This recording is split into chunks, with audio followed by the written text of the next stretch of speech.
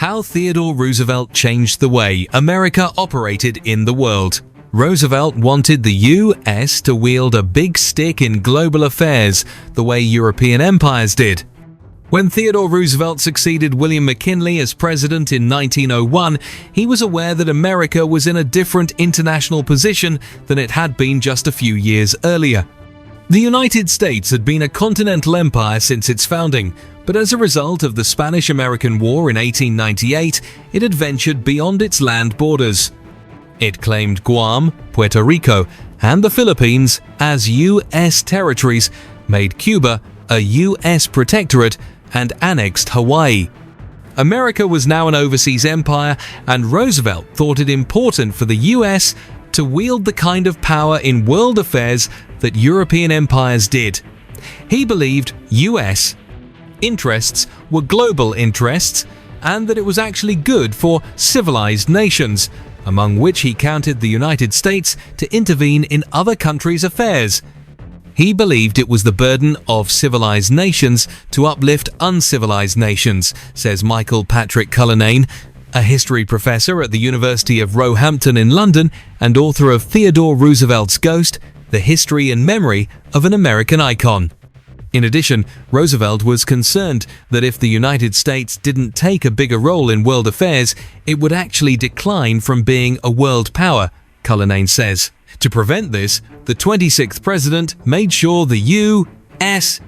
played a larger role in international diplomacy, while at the same time reminding other countries that it was building a big navy, a foreign policy he described as "speak softly and carry a big stick."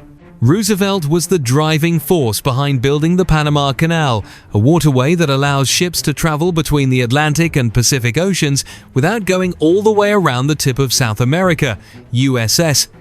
Construction on the canal officially started in 1904 and continued until 1914, 5 years after Roosevelt left office. When Roosevelt first started trying to obtain the land for the canal, Panama was part of Colombia. America tried to negotiate with Colombia to lease the Panamanian land, but Colombia's Congress rejected the terms. Roosevelt responded by siding with Panama in its struggle for independence from Colombia. Shortly after Panama formally broke from Colombia in 1903, the U.S. signed a lease for the land to build the canal. Notably, Roosevelt's 1906 photo shoot at the construction site made him the first president to leave the United States during his term. Siding with Panama in its war with Colombia was a controversial move because the United States was interfering in the affairs of a sovereign Latin American nation. Soon after leasing the land in Panama, Roosevelt articulated a foreign policy in which he saw the U.S. taking an even more active role in Latin American affairs, adding the Roosevelt Corollary to the Monroe Doctrine. In 1904 and 1905, Roosevelt put forth what's known as the Roosevelt Corollary to the Monroe Doctrine. President James Monroe's 1823 doctrine stated that European countries should stay out of affairs in the Americas, where they and the United States had long colonized indigenous nations. According to the Monroe Doctrine, the Western Hemisphere was part of the United States' sphere of interests, not Europe's. The Roosevelt Corollary took the Monroe Doctrine a step further. In it, Roosevelt said the United States had a responsibility to protect countries in the Americas from recolonization by European powers, and that the U.S. would intervene militarily if it felt it was necessary to do so. This was motivated in part by Venezuela's defaulting on debts that European powers claimed the country owed them, and the concern that these powers could use the debts as an excuse to recolonize land. At the same time, Roosevelt was reinforcing colonial spheres of interest. He believed Britain's sphere of interest was East Africa and India, France's was West Africa, and Japan's was the Pacific, although with Guam and the Philippines, America had begun to enter that region. The Roosevelt Corollary further staked America's claim on the Western Hemisphere. Roosevelt's precedent of intervening in Latin America influenced the presidents who came after him and led to a very unfortunate kind of economic colonialism in Latin America, says Kathleen Dalton, author of Theodore Roosevelt, A Strenuous Life. Although Roosevelt didn't use the corollary to take military action in Latin America, many presidents in the 20th century did, negotiating an end to the Russo-Japanese War. In addition to being the first sitting US president to leave the country, Roosevelt was also the first US president to win a Nobel Peace Prize. He received the award for negotiating the treaty that ended the Russo-Japanese War, 1900 and for 1905. Roosevelt's role in the negotiation represented a major shift in the US presidency. Before, most presidents had seen American interests as continental or hemispheric, Cullinane says. Roosevelt believed America's interests were global, and that something that happened as far away as Japan would have a real impact on American interests. It also signaled a new role for the US in international diplomacy.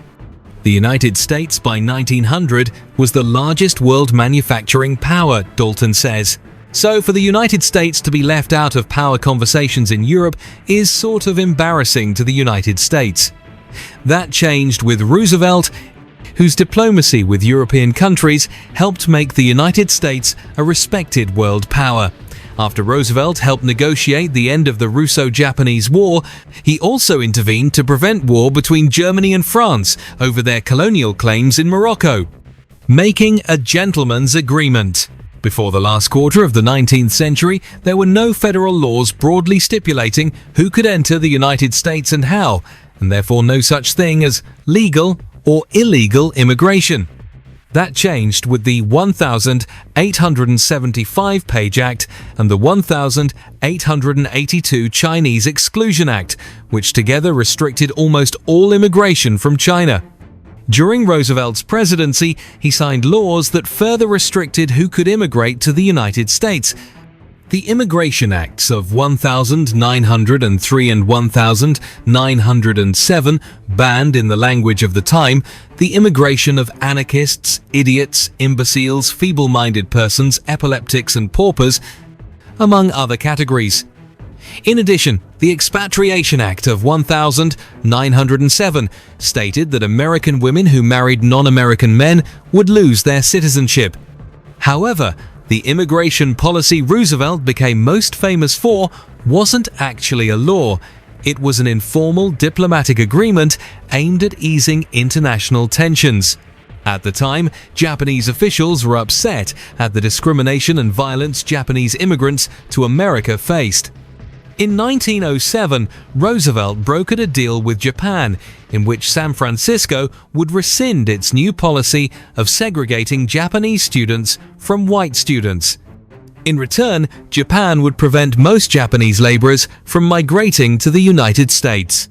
The Gentleman's Agreement, as it became known, helped preserve America's diplomatic relationship with Japan, while continuing to restrict the immigration of people from East Asia to the US. In the following decades, these restrictions became even more severe. The 1917 and 1924 Immigration Acts banned almost all immigration from Asia, severely limiting any migration from the continent until 1965.